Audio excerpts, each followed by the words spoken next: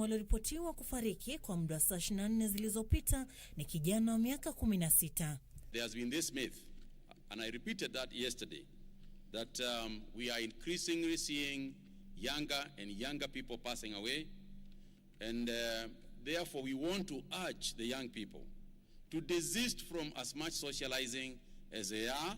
They have continued to do so, even in homes and so on. We want to ask to desist. We want to urge that people stop socializing. Lakini kinachoonekana kusababisha kiwewe miongoni mwa maafisa wa serikali ni ongezeko la watu wanaofariki wakiwa nyumbani, ikizingatiwa kwamba watu wawili waliofariki leo walikuwa wakihudumiwa nyumbani. So there's something in COVID called happy hypoxia. It means your lungs are not working optimally, but you feel otherwise well. So the message to Kenyans is that if you feel unwell, please seek for healthcare services support. Maambukizi mapya 727 yalithibitishwa kutoka kwa sampuli 6371 zilizopimwa na kufikisha jumla ya visa vya ugonjwa huo humo nchini 21363. Idadi waliopona iliongezeka hadi 8419 baada ya watu 254 zaidi kupata nafuu, 88 kati yao wakiwa wale waliokuwa wakipokea huduma wakiwa nyumbani na 166 kutoka taasisi mbalimbali za afya. Kaunti ya Nairobi imesalia kuwa kitovu cha ugonjwa huu baada ya kunakili visa vipya 470, ikifuatiwa na Kiambu kwa visa 64, Kajiado 24, Kirinyaga 20, Mombasa 16, Migori 15, Busia 13 na Machakos 12. Nam ni muda tu sasa kabla ya shughuli na pilika kurejelewa hapa katika uwanja huu wa Jomo Kenyatta, huku Wizara ya Afya ikishirikiana na ile ya usafiri ikisema kuwa itaendelea kukagua na kutathmini nchi hizo 19 zilizopo kwenye hiyo orodha. Nikiripotia Darubini ya Channel 1, jina langu ni Sarafina Robi. Na shukran sana Sarafina Robi kwa kutuandalia taarifa hiyo. Na basi tukiendelea ni kwamba viongozi kutoka maeneo ambayo hukumbwa na mafuriko mara kwa mara wanalitaka bunge la Seneti liharakishe utungaji wa sheria ili kuwezesha kutolewa kwa shilingi bilioni 26 za hazina ya usawazishaji. Viongozi hao wanaonya kwamba mafuriko ya mara kwa mara huchangia mikasa na ipo haja ya kuchukua hatua za haraka kuepusha mikasa ambayo inasababishwa na mvua kubwa inayoendelea kunyesha katika sehemu mbalimbali nchini. Mwenyekiti wa baraza la magavana Wycliffe Oparanya na waziri wa ugatuzi Eugene Wamalwa walikuwa katika kaunti ya Baringo katika juhudi za kutafuta suluhisho la kudumu kwa tatizo la mafuriko. Gavana wa kaunti ya Baringo Stanley Kiptis akitoa wito kwa wakazi kuhamia maeneo ya miinuko, akisema maelfu ya wakazi wameachwa bila makao na mali kuharibiwa. Wananchi ambao mko karibu na Lake Baringo, jameni, kuweni macho. Kuweni macho. Mto Pergera imezidi kuturika na kuleta maji nyingi kutoka sehemu za juu. Loboi pia kule Lake Bogoria, ningependa kuwasihi wananchi wa huko Lake Bogoria kwamba tukae macho. Tutafute nafasi katika nyanda za juu. Mbunge wa Tiaty William Kamket akitoa wito kwa bunge la Seneti liharakishe kupitisha sheria ya hazina ya usawazishaji ili kaunti zinazoathiriwa na mafuriko zipate pesa ili kuchukua hatua za kukabiliana na mafuriko. Hii shida serikali itatusaidia ile itaweza, lakini eventually ile kitu itatusaidia ni operationalization ya equalization fund.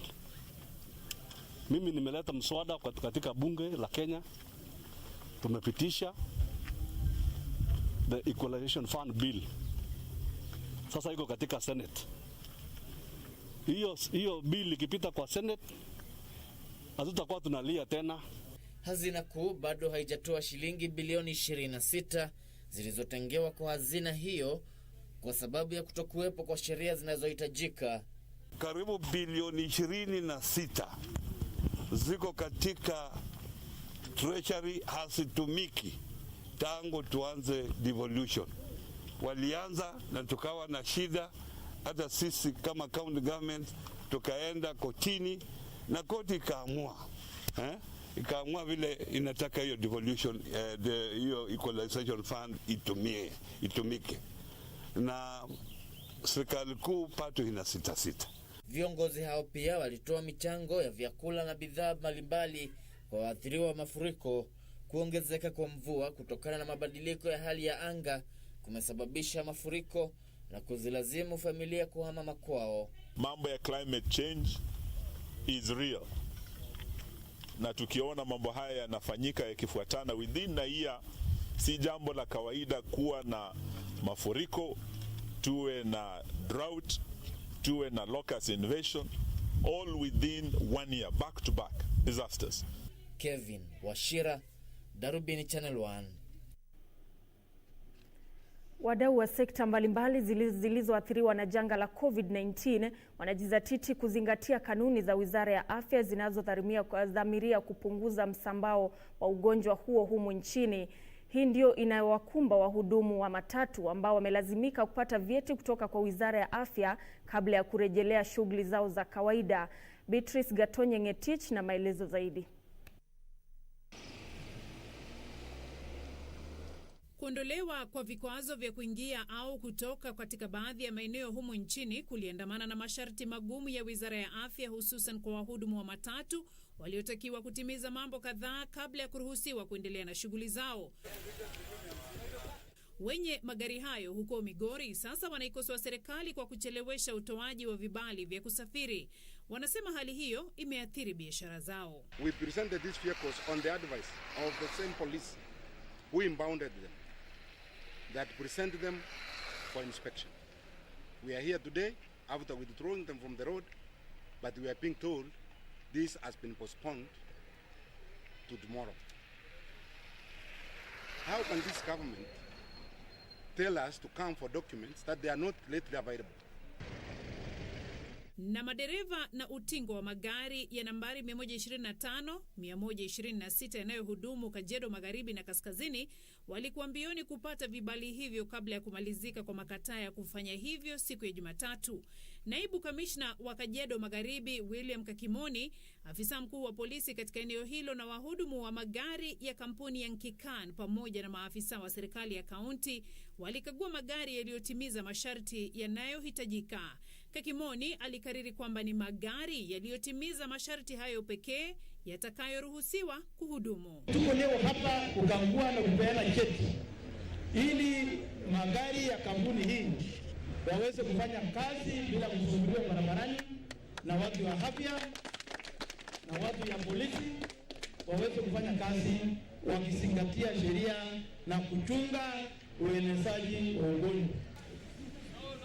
Kwingineko, kampeni ya kutoa uhamasisho kwa wasichana wa shule kuhusu hatari za mimba za mapema imezinduliwa katika eneo la Kibra. Shirika la Rock likishirikiana na afisi ya naibu kamishna wa kaunti katika eneo hilo inawaelimisha wanafunzi hao kupitia kwa machifu na manaibu wao.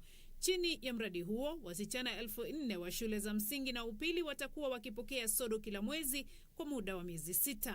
One of the programs that we have done today is actually trying to sanitize our girls and actually trying to tell them that they are not ready for teen pregnancies.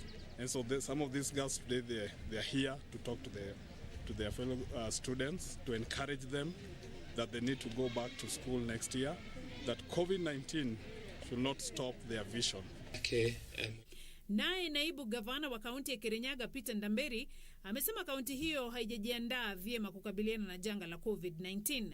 Ndamberi amesema mzozo kuhusu bajeti ya kaunti hiyo umelemaza shughuli za kaunti.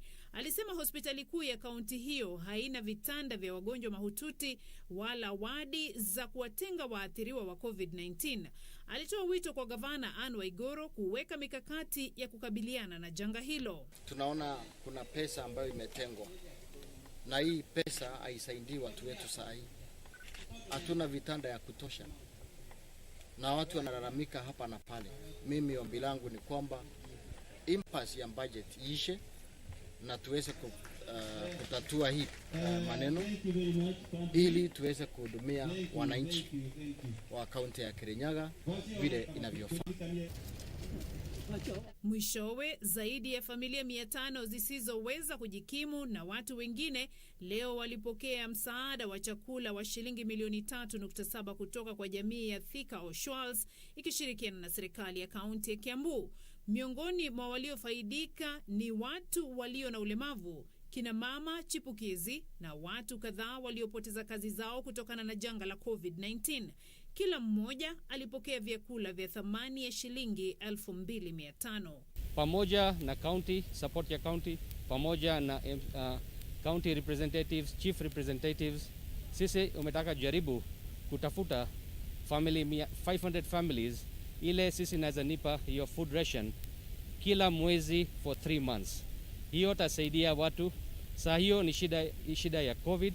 Beatrice Gatonyengetich, Darubini ya Channel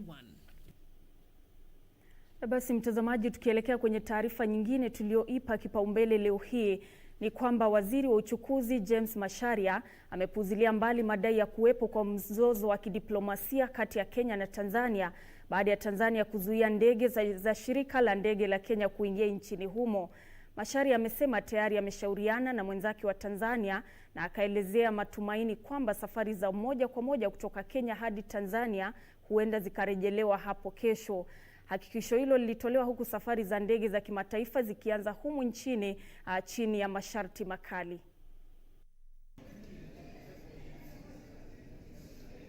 Kumekuwa na kimya kingi kwa miezi kadhaa katika uwanja wa ndege wa kimataifa wa Jomo Kenyatta jijini Nairobi. Hii ilifuatia marufuku ya ndege za kimataifa kuingia katika anga ya Kenya tangu mwezi Machi mwaka huu, siku chache baada ya nchi hii kuripoti kisa cha kwanza cha maambukizi ya virusi vya korona na kuifanya serikali kuchukua hatua kali za kukabiliana na maambukizi ya virusi hivyo. Makofi tafadhali. Lakini leo serikali ilifungua rasmi anga yake kwa ndege za kimataifa, lakini chini ya masharti makali ya kukabiliana na ugonjwa wa COVID-19. Ndege kadhaa zilionekana zikitua na kupaa kutoka uwanja wa ndege wa kimataifa wa Jomo Kenyatta Jumamosi. Waziri wa uchukuzi James Macharia alisema nchi hii ilikuwa imejiandaa ipasavyo kwa safari za ndege za kimataifa. Being the first day we thought things would be very quiet, but I'd like to confirm to Kenyans that already this international airport has seen departure of a 787 aircraft to London Heathrow this morning. We've seen a flight to Dubai. We've seen a flight to Addis Ababa, Kigali, and Dakar, Senegal. Lakini kutokana na ugonjwa wa COVID-19 ambao kufikia sasa umesababisha vifo vya watu 364 humu nchini, masharti makali yamewekwa kabla ya kufungua anga ya Kenya ili kutohatarisha maisha ya wananchi. I would like to confirm to you that we are ready. All the measures that we have taken will ensure that we completely limit the risk of transmission of this virus. And also, in addition to that, to continue with our normal safety procedures that will ensure utmost safety for your flights. At the airport, obviously, for arriving passengers, they will expect to undergo thermal screening. They will be observed by our port health personnel for signs. They will also be expected to have filled a questionnaire, and that questionnaire is supposed to help them with to help the government on the port, or rather the health authorities, with contact tracing. So we believe that a lot has been laid out that should make the passenger experience to be smooth. Serikali kupitia wizara za uchukuzi na afya imekuwa ikifanya kazi pamoja na halmashauri ya viwanja vya ndege, halmashauri ya safari za ndege na shirika la ndege la Kenya katika kuweka masharti ya usalama wa abiria. We said when we came here on the 15th of July that we came to make sure that the local flights will provide us with a benchmark for the international flights.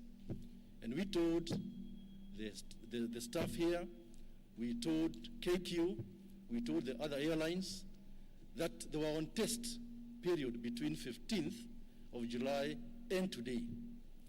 And I'm delighted to say they did pass the test. That's why today we have launched the international flights. Kaimu mkurugenzi mkuu wa halmashauri ya viwanja vya ndege nchini Alex Gitari ametoa hakikisho kwamba wasimamizi wa uwanja huo wa ndege wameweka mikakati ya usalama ili kuzuia maambukizi ya COVID-19. We put in over 300 automatic sanitization stations, so they're expected to go through that. And of course, most importantly, to observe physical distancing when they are at the airport, and to put on their face masks at all times. So we believe that if they allow themselves a little bit more time, that will make it easier for them to fly out. Ununuaji wa tikiti za ndege wakati huu wa janga la COVID-19 pia utategemea mahitaji ya abiria wanaosafiri kwenye sehemu mbalimbali. We are following traffic and demand. As demand picks up, we also increase traffic or we introduce other destinations, and when demand drops, we will also respond.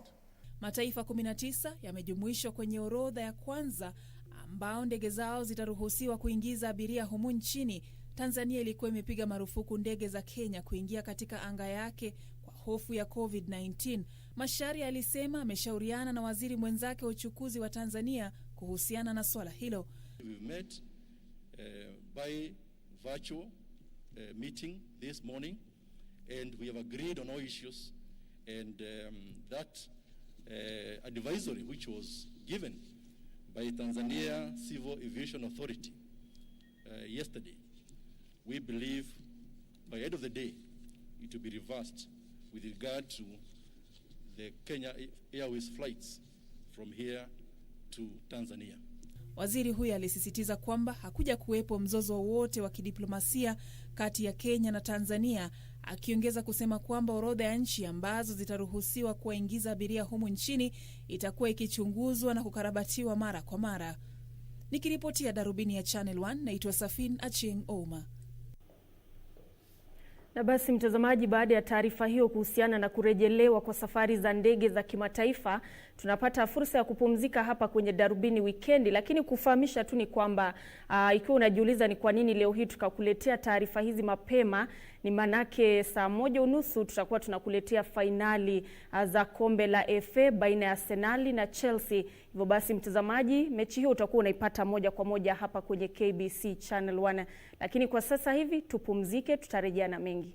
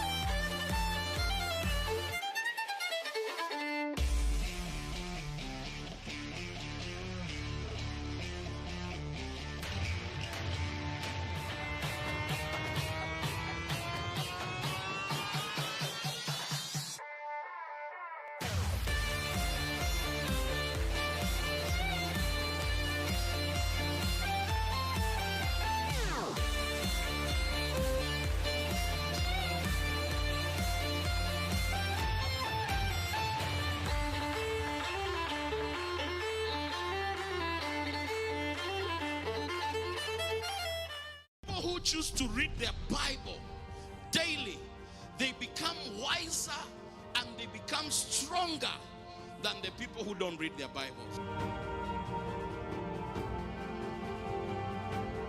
So when you choose hard, difficult things, you become a natural leader. He brings us to church to introduce to us another higher level of relationship that is called a faith relationship. You are also a solution to somebody else's problem. You cannot be the only problem all the time.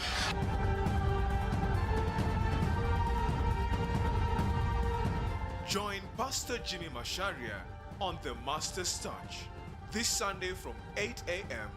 on KBC Channel 1.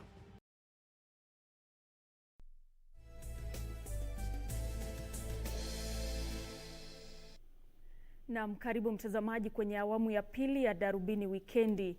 Idara ya mahakama imepuuzilia mbali ripoti kwenye baadhi ya vyombo vya habari inayodai kwamba mahakama ya rufani imeipa idhini tume ya maadili na vita dhidi ya ufisadi EACC kibali cha kufungulia mashtaka washukiwa bila idhini ya ofisi ya mkurugenzi wa mashtaka ya umma.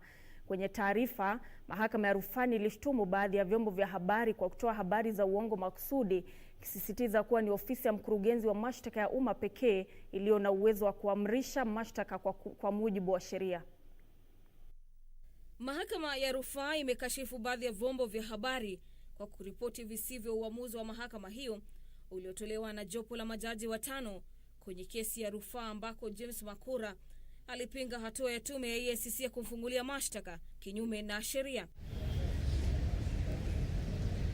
Idara ya mahakama inasema James Makura alishtumu tume ya EACC kwa kumkamata na kumfungulia mashtaka pasi na kibali cha mkuu wa sheria. Mahakama ya juu hata hivyo ilikatalia mbali malalamishi ya Makuru, ikisema mwaka 2011 afisi ya mkurugenzi wa mashtaka wa umma ilikuwa chini ya ofisi ya mkuu wa sheria, hivyo hakukuwa na haja ya idhini rasmi. Idara ya mahakama sasa inavitaka vyombo vya habari kukoma kutoa habari zisizo sahihi, ikisema mahakama ya rufaa haina mamlaka kutoa uamuzi ulio kinyume na katiba.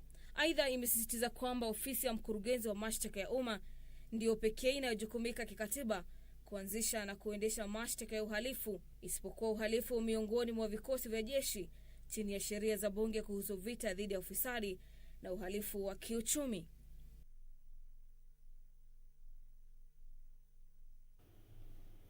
Kwingineko ni kwamba familia zilizoathirika na mafuriko na zile za wasiojiweza katika kaunti ya Tana River na Wajir zilinufaika na chakula wakati wa maadhimisho ya sherehe ya Kiislamu ya Eid ul-Adha.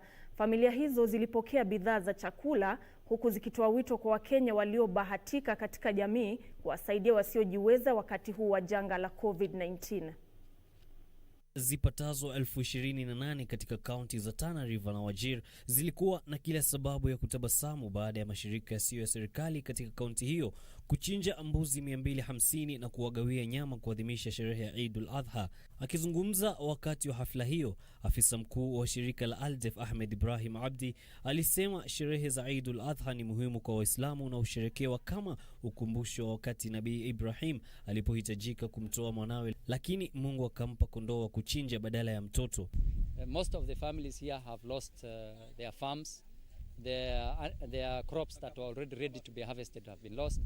There were also infestations of locust, and because the communities do not have adequate food as we speak today, we found it necessary to give them this support.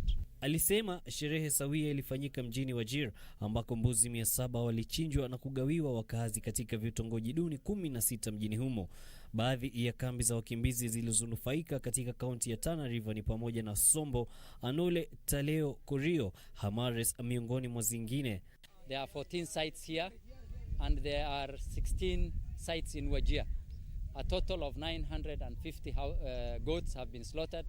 In Tana River 250, 700 in Wajir County. Wakazi hao walitoa shukrani zao kwa shirika la Aldef kwa kuwakumbuka wakati huu muhimu na kusherehekea nao sikukuu ya Kiislamu. Kwa hivyo leo tumeshukuru. Naomba watu wa Aldef wazidi kusaidia community, kwa sababu community ya hapa ni community ambaye mapato yao iko chini, wanahitaji msaada. Tunashukuru leo tunaletwa nyama, tunaswali Idi, tunashukuru. Na watu wa Aldef tangu hii mvua na mafuriko tunasaidia sisi sana. Nimefurahia Aldef kwa kutusaidia na kutuletea mboga na azidi kutusaidia tu hivyo, wasichoke. Kwingineko, takriban familia 300 mtaani Biafra hapa jijini Nairobi na mtaa wa Blue katika eneo bunge la Kamkunji walipokea msaada wa chakula kutoka kwa shirika moja la Uturuki.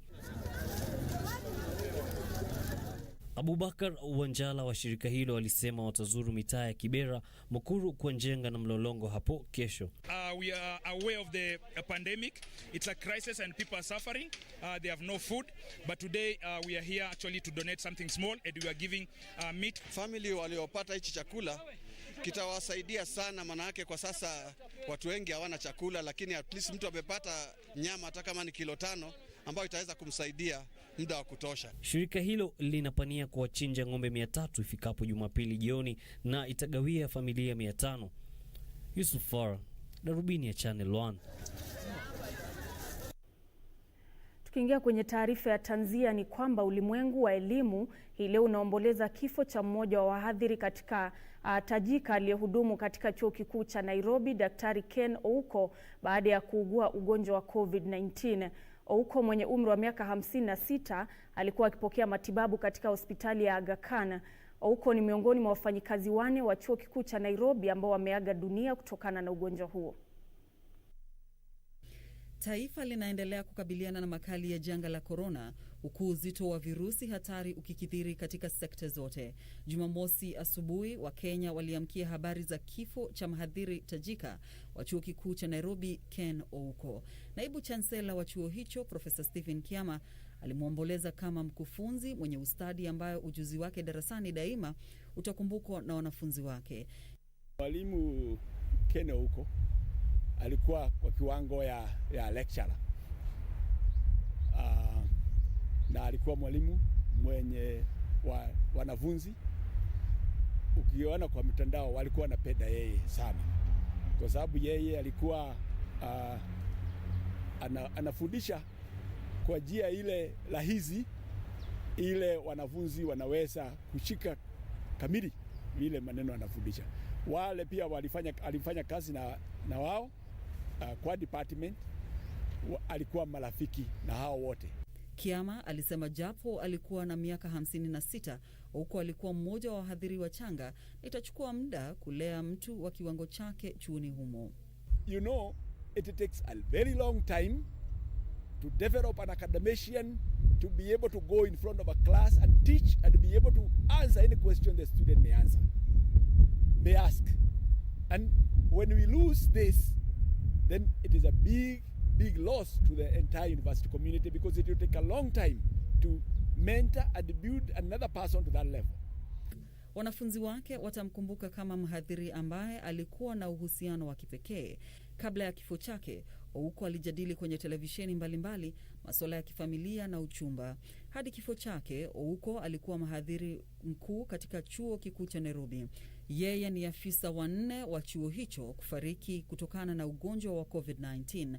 Chuo hicho kimemakinika na masomo kupitia mtandao kama mojawapo wa njia za kuwakinga wanafunzi na wafanyikazi wake dhidi ya ugonjwa hatari wa COVID-19. Wanafunzi wapya watasajiliwa chuoni mwishoni mwa mwezi Agosti, huku sherehe za kufuzu zikiandaliwa Septemba 25 mwaka huu.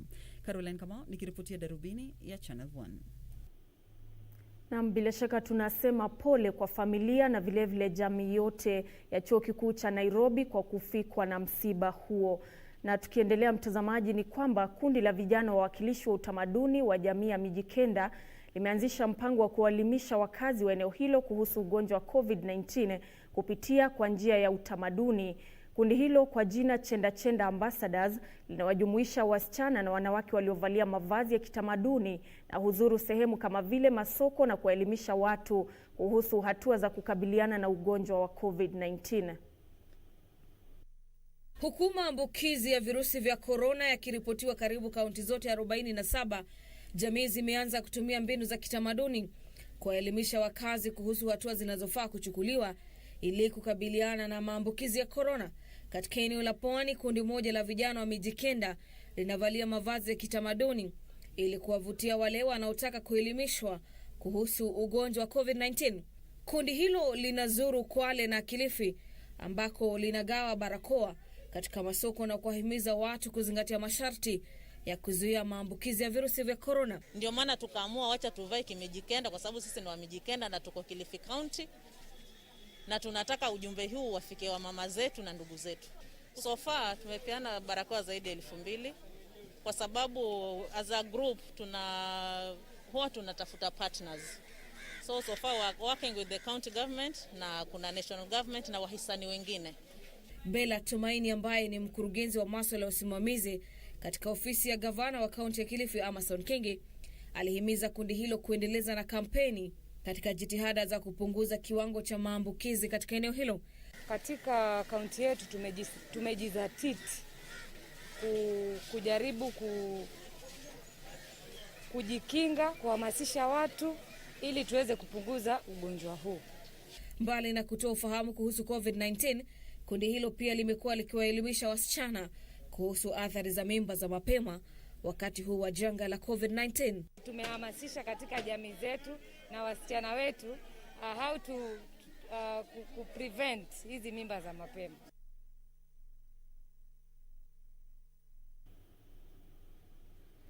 Viongozi kadhaa wa kaunti ya Narok wanaitaka halmashauri huru ya kutathmini utendakazi wa polisi kuharakisha uchunguzi wa mauaji ya watu wawili yanayodaiwa kutekelezwa na polisi wakati wa ghasia huko Olposimoru.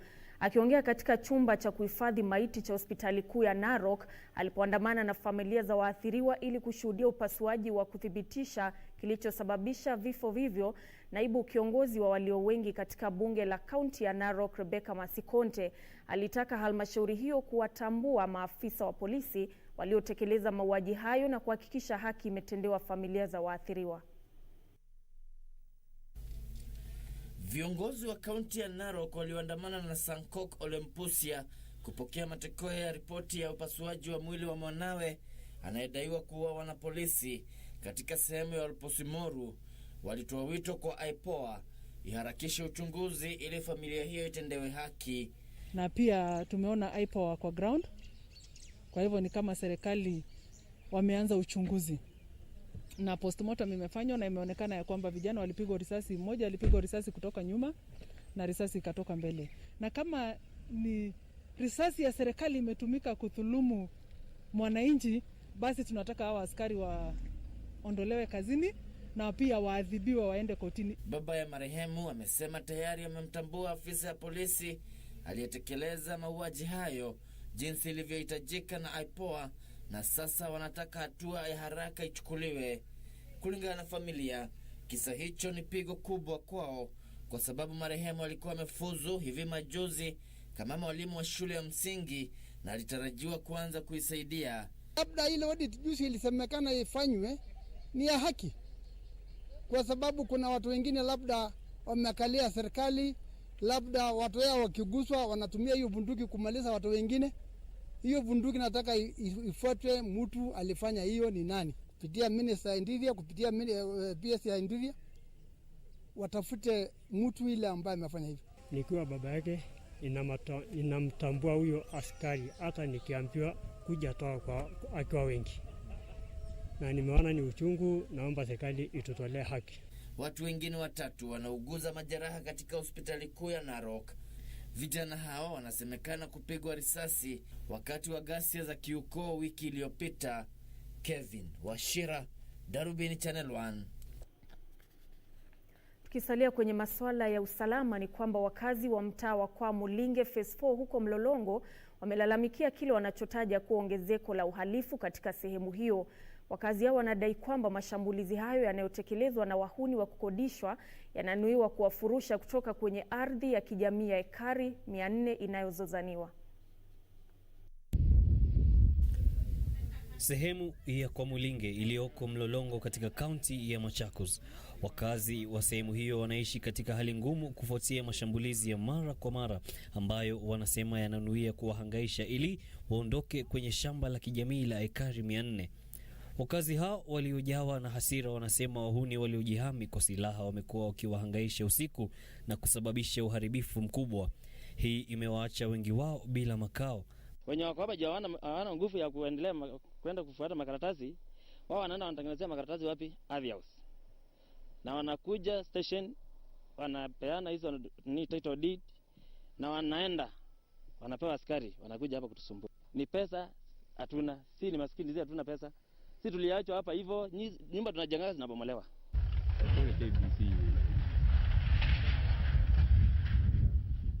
Licha ya hayo, watu hao wasiojulikana wameanza kugawa ardhi hiyo chini ya ulinzi mkali wa polisi. Anakata mtaro na wewe uko hapa katikati, nyumba yako iko hapa katikati. Wanakata mtaro na wanaenda.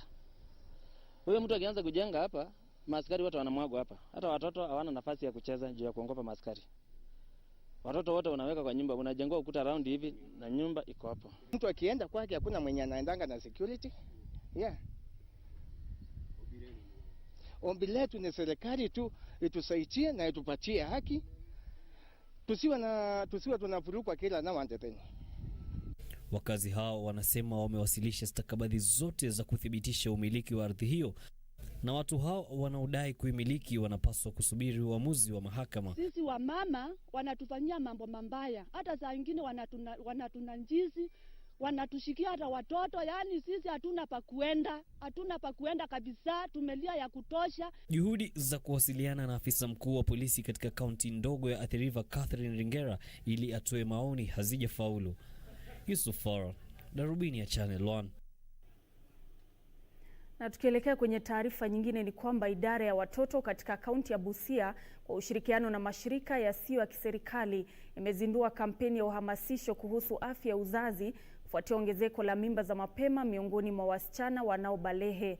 Naibu mkurugenzi wa idara hiyo Patrick Mukolwe amesema idadi ya wasichana wanaojiingiza katika vitendo vya ngono wakiwa wangali wachanga inaongezeka kutokana na malezi mabaya na vilevile vipindi visivyofaa.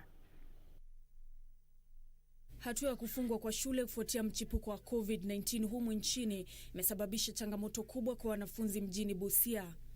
Idara ya watoto katika eneo hilo inatahadharisha kwamba mimba za mapema miongoni mwa wasichana wanaobalehe zimeongezeka, huku wasichana hao wakishawishiwe kujiingiza katika vitendo vya ngono wakiwa na umri mdogo. Waendeshaji pikipiki na madereva wa malori wamelaumiwa kwa kuhadaa wasichana hao kwa kuahidi pesa. Like Malaba and Busia, these children are exposed to what we call child prostitution, and some of them because they are given some small stipend, some small cash, 50 bob, 200 shillings, and they engage in sex with adults who have that financial muscle, and even sometimes the powerful people, the people we trust in the community, the leaders that are supposed to protect these children, are also abusing these children. The poverty line in this area is too high that these girls are not able to get help from their parents. So what they do, actually, they go to these truck drivers, to these boarders, and other men who actually give them some money after sex. Naibu mkurugenzi wa idara ya watoto katika eneo hilo Patrick Mukolwe amesema mimba za mapema zinachangiwa na umaskini, ukosefu wa malezi bora na kutazama vipindi visivyofaa. If we leave them to go outside to mingle with peer group, they will do what others are doing. And this is the reason why we are getting a lot of pregnancies. Kampeni hiyo itajumuisha utoaji sodo kwa wasichana hao jinsi zinavyotolewa wanapokuwa shuleni. Wazazi pia wameshauriwa kufuatilia mienendo ya watoto wao. Especially for the very poor girls, they give them reusable sanitary towels. Right now we are planning with them in Butula. We have mobilized girls, especially girls living with disability and girls from very poor families. They will also be coming again to give the reusable. The children are idle at home, they're engaging in sexual activities, the parents are not closely supervising their children, or sometimes due to exposure to social medias, the programs they watch, the pornographies they watch, it forces them to be subjected to such sexual abuses.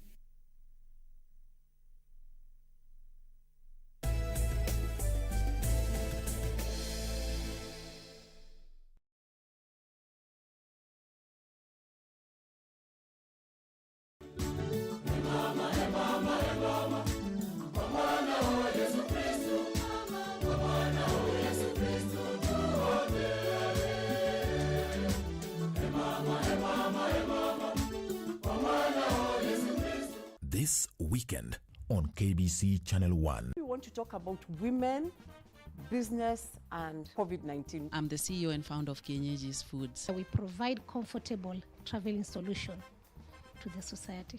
How are you coping? Most interesting thing is that when COVID came, I got more attention. Wow. Increased my production, so I started supplying eggs around and people would come to the gate. Most of the time what I'm doing is just to become a little bit more creative, introduce some interesting stuff that would appeal to people. A backup plan is important. Then also be flexible. Lots of business ideas, it's just that we don't think out of the box.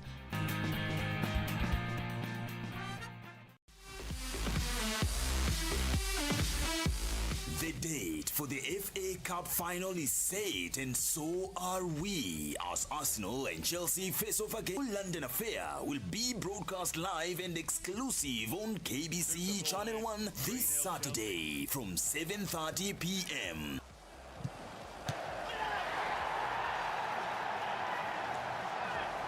Cesar Azpilicueta again for Giroud.